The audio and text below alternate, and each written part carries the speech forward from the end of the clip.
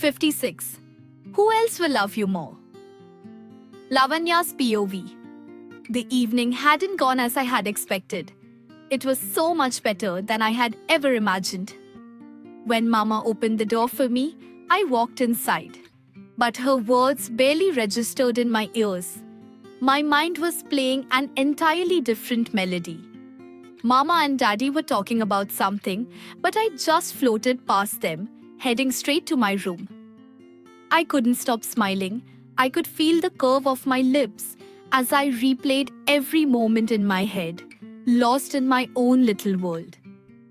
Everything seemed dreamlike, moving in slow motion, including me. This love thing is overwhelmingly beautiful. I flopped onto my bed, hugging my pillow. These emotions, so unfamiliar, so exhilarating, I have never felt anything like them before. What's happening to me? Why does this feeling multiply 100 times every second? The next morning, I woke up with a huge smile still lingering on my lips. What had happened last night felt like a dream, and to make things even more surreal, I had dreamt of him again. Jackie Dawson and I, standing close, gazing into each other's eyes filled with love, passion, obsession, and longing. It felt so real. I completed my morning routine and stepped out of my room to join Mama and Daddy for breakfast. Hey, Daddy, ever the observer, smirked at me. What's up? Why so cheerful today? He wiggled his brows teasingly. I froze mid-motion, my hand hovering over a piece of toast. The smile vanished from my lips. Oh no. I blinked rapidly, my mouth slightly open. He's waiting for an answer. Think of something, anything. And then it hit me. Nothing, I stammered. I'm just happy that the shoot is finally over. I forced a smile and added quickly, it went really well actually. Daddy beamed. Oh, congratulations, beta. I'm so proud of you. Then turning to Mama with a gleam in his eyes, he continued excitedly. See, Soda? Our daughter is a model now. She's going to be famous. Mama's eyes sparkled with excitement. When is it airing on television? She asked eagerly. Soon, maybe next week or the week after. I took a quick bite of toast to avoid further questioning.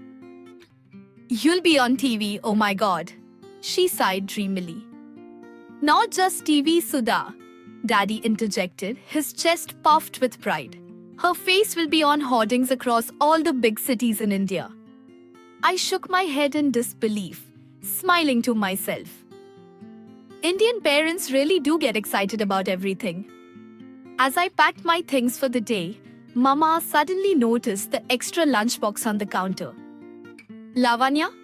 Han, Mama? I glanced at her before continuing with my task.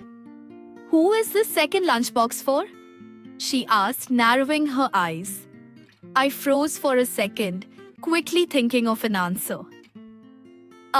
It's for my friends and Virat sir, I replied, hoping it sounded casual enough.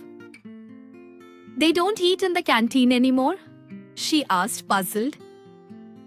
They do, I said quickly, but they like your cooking more. So now they just eat mine and I've started carrying an extra lunchbox for them. I let out a nervous little laugh. Please let her believe that. Oh, she simply nodded. Good to hear that you're not skipping your lunch. With that, she left my room, carrying my used clothes for laundry. I felt a pang of guilt for lying to my mother, but I had no other choice. One truth would lead to countless questions. Questions I wasn't yet ready to answer. After bidding goodbye to my parents, I headed straight to Mr. Dawson's duplex. It was already decided that we would go to the office together in his car, so I knocked on his door. After a moment, Jamal opened it, looking unusually tense. He didn't greet me properly, just gave me a half-hearted smile before rushing back towards the kitchen. Is he okay? Jamal? I called. following him inside. Han, Didi? His voice was hurried, and he still didn't turn to face me. Are you okay? I asked, sensing something was off.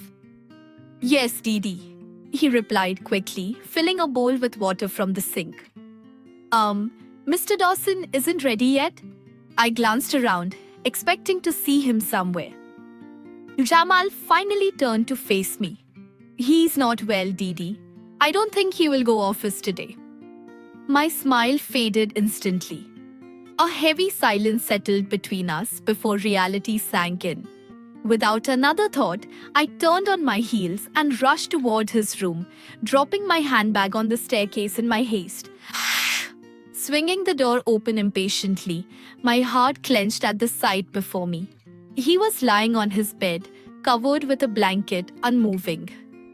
The man who spent his days smirking at me, teasing me endlessly, now looked so lifeless.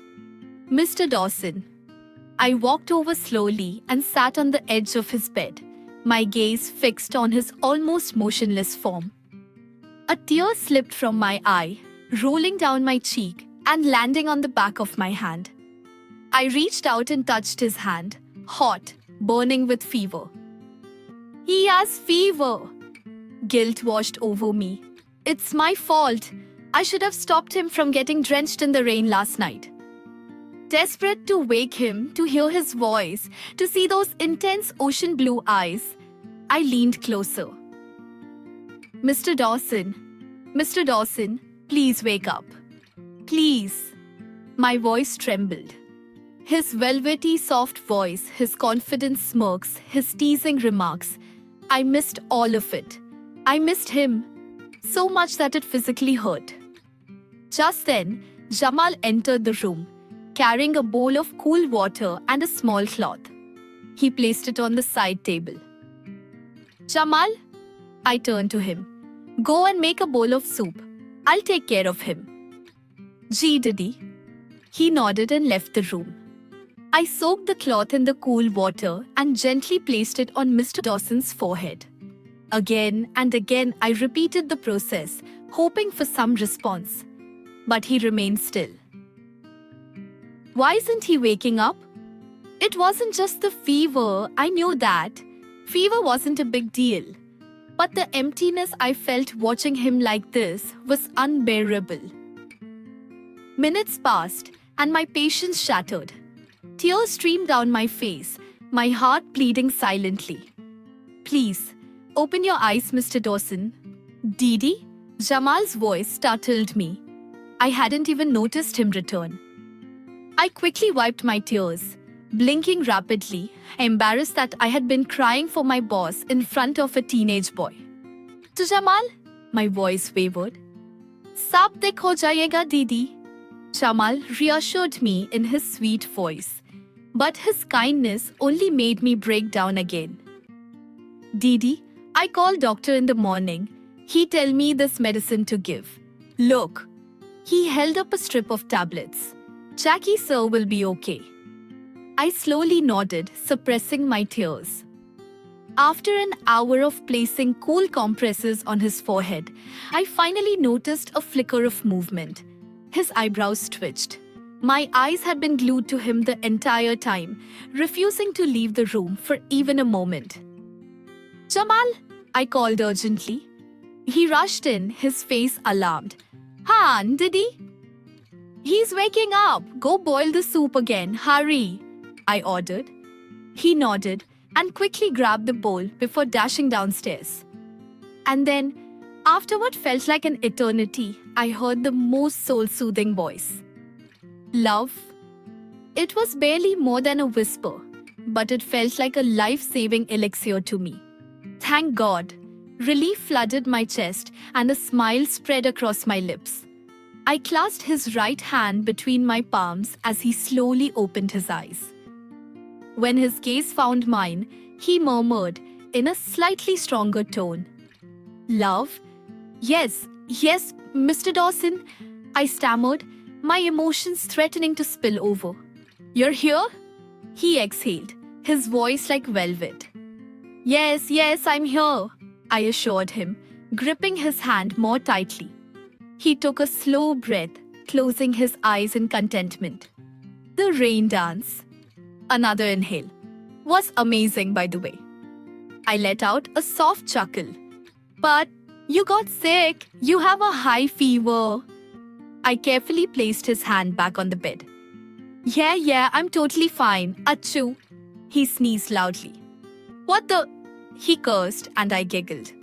Bless you, I said with a smile, and he smirked, tilting his lips to one side. You didn't go to work today? He asked. No, I just came to see you, and I started, but he cut me off. Shit, I was supposed to drive you to work, and then this. I interrupted quickly. No, I'll go to work, sir. I'll be fine. I'll take a cab or. No, you won't, he said firmly. Huh? I blinked, confused. Just don't go to work today. Silence. I couldn't understand what he was trying to say. What does he mean by that? Just then, the door opened and Jamal entered carrying the steaming bowl of soup. He placed it on the side table and gave Mr. Dawson an innocent smile.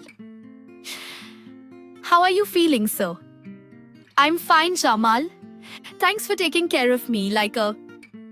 He hesitated, then simply said, Thank you. I knew he wanted to say family, but he held back, probably not wanting to sound emotional in front of Jamal. That's heartbreaking. I don't, sir, Jamal corrected. Didi, take care. She cried too much. My cheeks instantly burned with heat. Really? Mr. Dawson's piercing gaze locked onto me, his voice husky. I immediately avoided his eyes. I go prepare lunch, Jamal announced, then left the room. Oh no. Don't go. And then, click, the door shut. Oh God. How am I supposed to face him now? So, Miss Lavanya, is it true? He asked, his voice still rough but teasing. I had no idea how to respond. You should eat something. I quickly got up, grabbed the bowl from the side table and mumbled, Soup is good for your health right now. He gave me an "Are you serious" look. Yes, I said firmly, widening my eyes to emphasize my point. After a moment of sighing and puffing out his cheeks, he finally leaned back against the pillows. He held out his hands, expecting me to give him the bowl, but I didn't. He waited, watching me with curiosity. But instead of handing it over, I scooped up a spoonful of hot soup and brought it towards his lips. He wasn't expecting that at all. His amused expression made it clear, but I could also see a flicker of something else. Something softer, almost like happiness. Slowly, he leaned forward, gently grasped my hand and guided the spoon to his mouth. The moment his fingers touched mine, a shiver ran through me. I continued feeding him, completely forgetting about time, work, or anything else. This feels so good.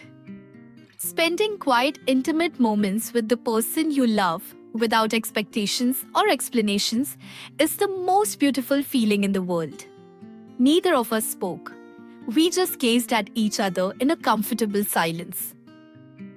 I had no idea what he was thinking, but the way he looked at me made me feel calm, safe. There was something in his eyes that brought me peace, a kind of unspoken understanding. Still, I wanted to know. What are you thinking, Mr. Dawson? Once he finished the soup, I placed the bowl on the side table. I opened my mouth, about to ask why he was looking at me like that. But before I could say anything, my phone vibrated. And just like that, the moment dissolved into thin air.